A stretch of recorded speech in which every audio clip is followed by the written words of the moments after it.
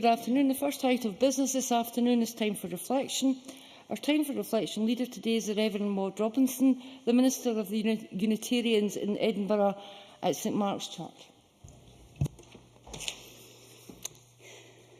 Thank you very much for inviting me here this afternoon, to share a time for reflection.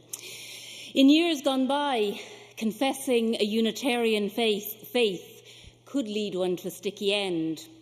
In 1697, Thomas Aikenhead, a young Edinburgh medical student, rejected the doctrine of the Trinity and for this offence was hanged. And it wasn't until 1813 that the Unitarian Relief Act granted toleration for Unitarian worship. In fact, this year marks the 200th anniversary of that act of toleration. So with our history as Unitarians of being denied tolerance, there has been a strong strand of Unitarian faith and practice which has championed toleration of difference.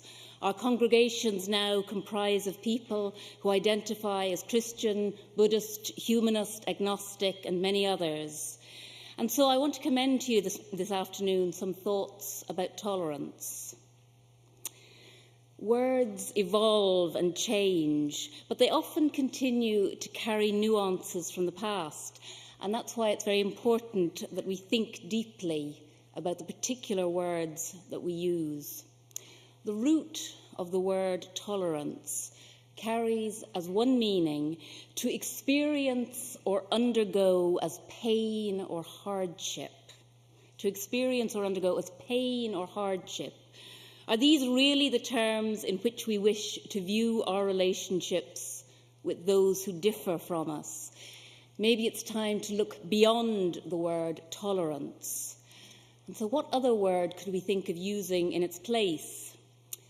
There's compassion, the central virtue of all the world faiths, a worthy ideal to aspire to, but does it cover the same ground as tolerance?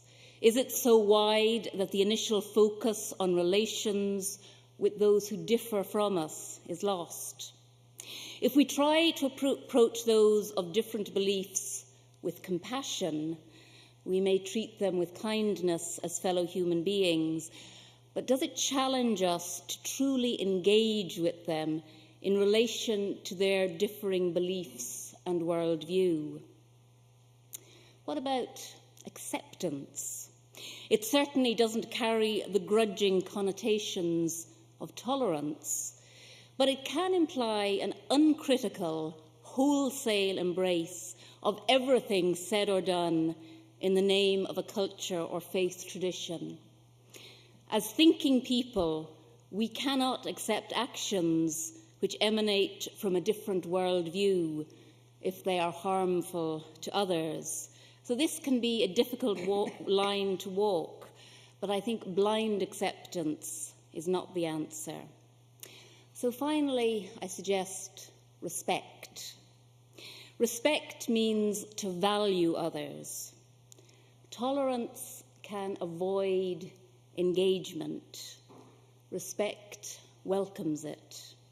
This vision of moving beyond tolerance towards respect and active engagement with difference seems to me a better aspiration. Respect speaks more of a thoughtful consideration.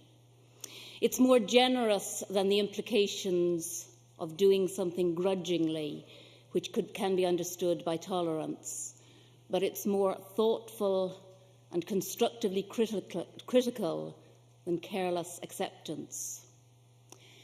If each one of us could strive to treat those who are different to us with engaged respect, rather than with grudging tolerance or unthinking acceptance, I think we might indeed find ourselves living in a much better world. Thank you for your attention.